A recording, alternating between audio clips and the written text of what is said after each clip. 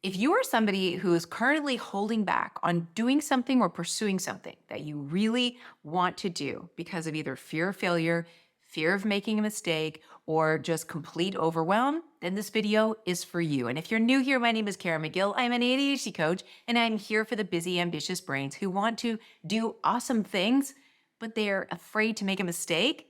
And as a result, they're getting overwhelmed. So, what I'm talking about here are actually three different things, but it's hard to pull them apart. Procrastination comes as a result of a feeling of overwhelm.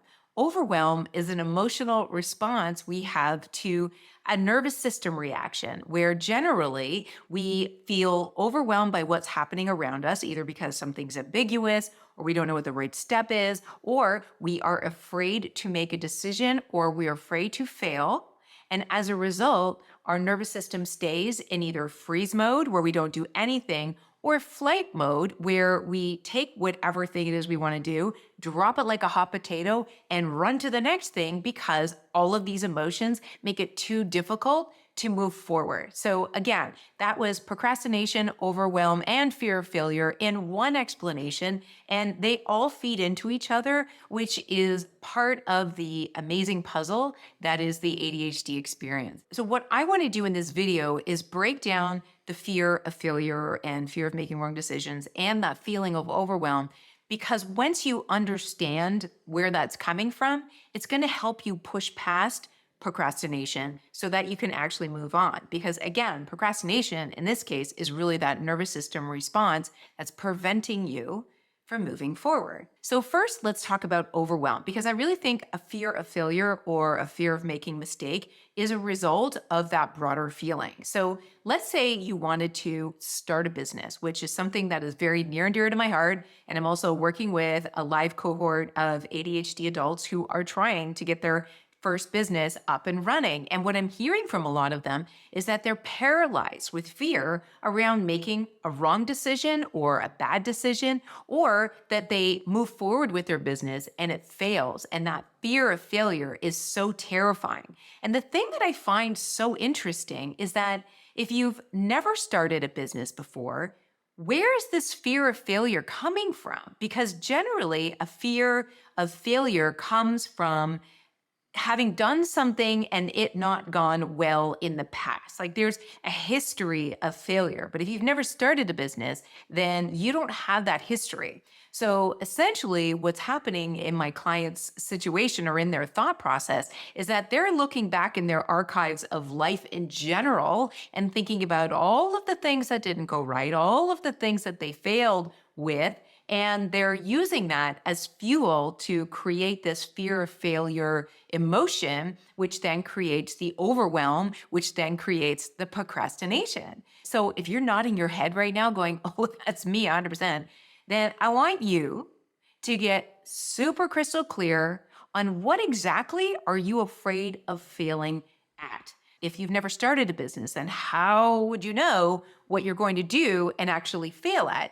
And if you've never started a business, how would you know if you're making a right decision or a wrong one if it's a business that doesn't even exist yet? It might be right, it might be wrong, but that's part of the process of creation, of taking nothing and turning it into something, right? And that's something that ADHDers are really, really good at until we get in our own heads about it.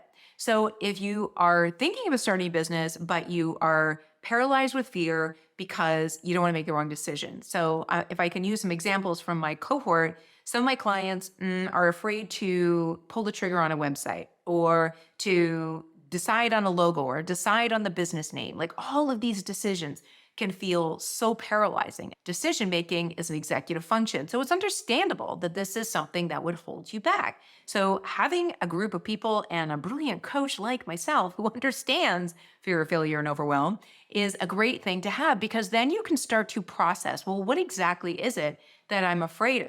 And very often, fear is not necessarily an alarm bell or a prediction that you're going to make a mistake. Sometimes fear is a feeling that you need more information or that something doesn't feel right. Now, not having enough information can also put you in a pocket of procrastination because you can stay in that zone of, well, I don't have all the pieces and ducks lined up properly, so I'm not going to move forward on anything. And I can understand that, but that is not a useful place to be. However, if this fear is a sense that something doesn't feel right, or why am I spending $5,000 on a website when I haven't even created my offer yet? So things don't feel aligned or like I'm doing them in the right order. That's actually wise and intelligent to be asking yourself those questions. So getting clear on where that fear is coming from is your first step. And I recommend doing that either by verbally processing.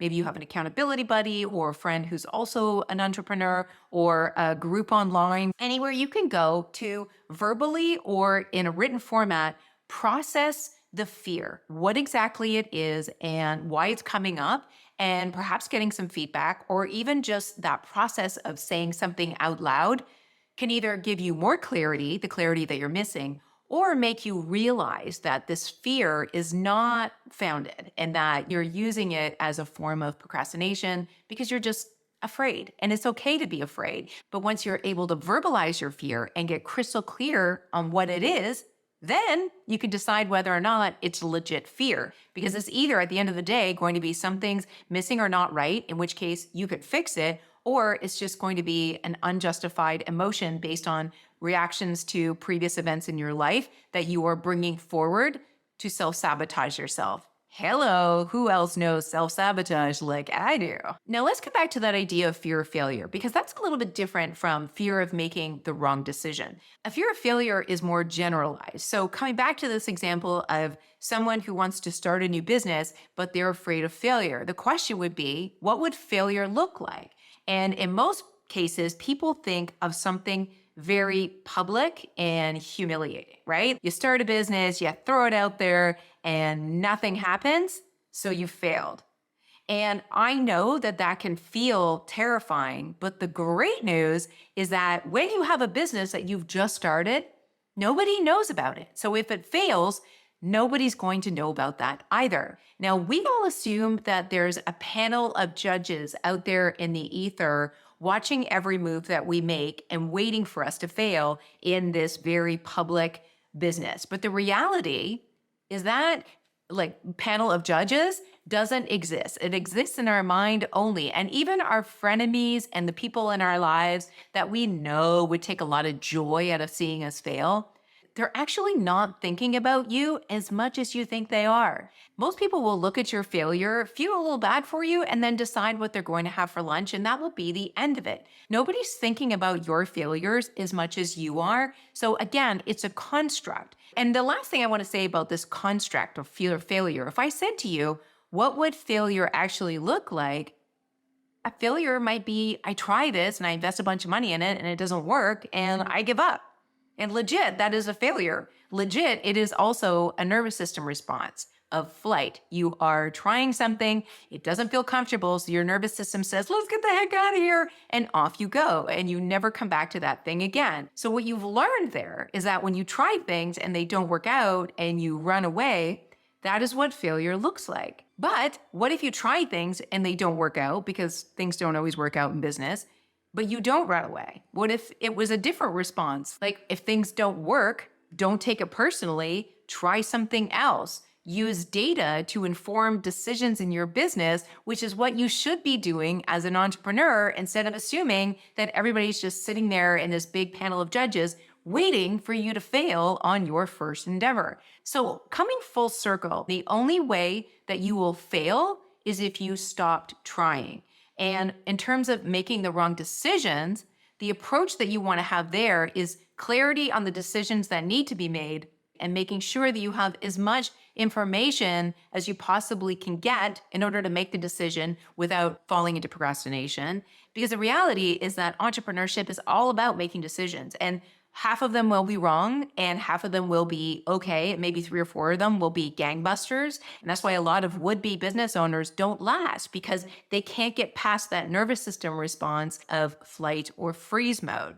So that's how I would deal with fear of making the wrong decision or fear of failure. But coming up to this broader feeling of overwhelm, very often that has to do with a number of different things, like having to do a lot of things, having a lot of open loops in your business, having a lot of decisions that need to be made, and you are new to business, you don't know how to make any of these decisions.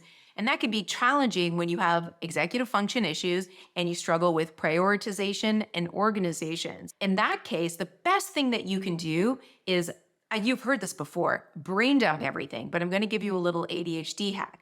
As you're brain dumping all of the tasks that you need to do, put all of your tasks on one page, but in two different columns. One column is the easy, quick win tasks, and another column is the more complicated tasks, right? And when you start each day or any session where you're sitting down to work on your business, start with those easy wins because that will build momentum. And momentum gives you dopamine. The more dopamine you have, the more ability you have to keep going because that momentum starts to snowball. In which case, you can move from the easy, quick win tasks to the more complicated tasks. And if there's complicated tasks on your list that are just too big to even fathom, it's because it's a project, not a task. So it actually needs to be broken down into smaller parts, which again will have some complicated components and some easy, quick win components. When I create lists like that, I can burn through them a lot easier than I can if everything is just one big list and they all feel the same priority and urgency and investment of energy. So when you're feeling overwhelmed, that is a nervous system response. You may not see it at first, but you're going to know that that's happening when you move away from what you should be doing and you start procrastinating in other areas. It could be productive buffering or it could be completely unproductive. The point is, if you have an intention to do something and you want to do that thing and you're interested in that thing and you know it's worthwhile to do that thing, but you can't get yourself to do the thing, then it's an emotional response. So in those moments, you want to ask yourself, okay, I'm feeling overwhelmed in this moment.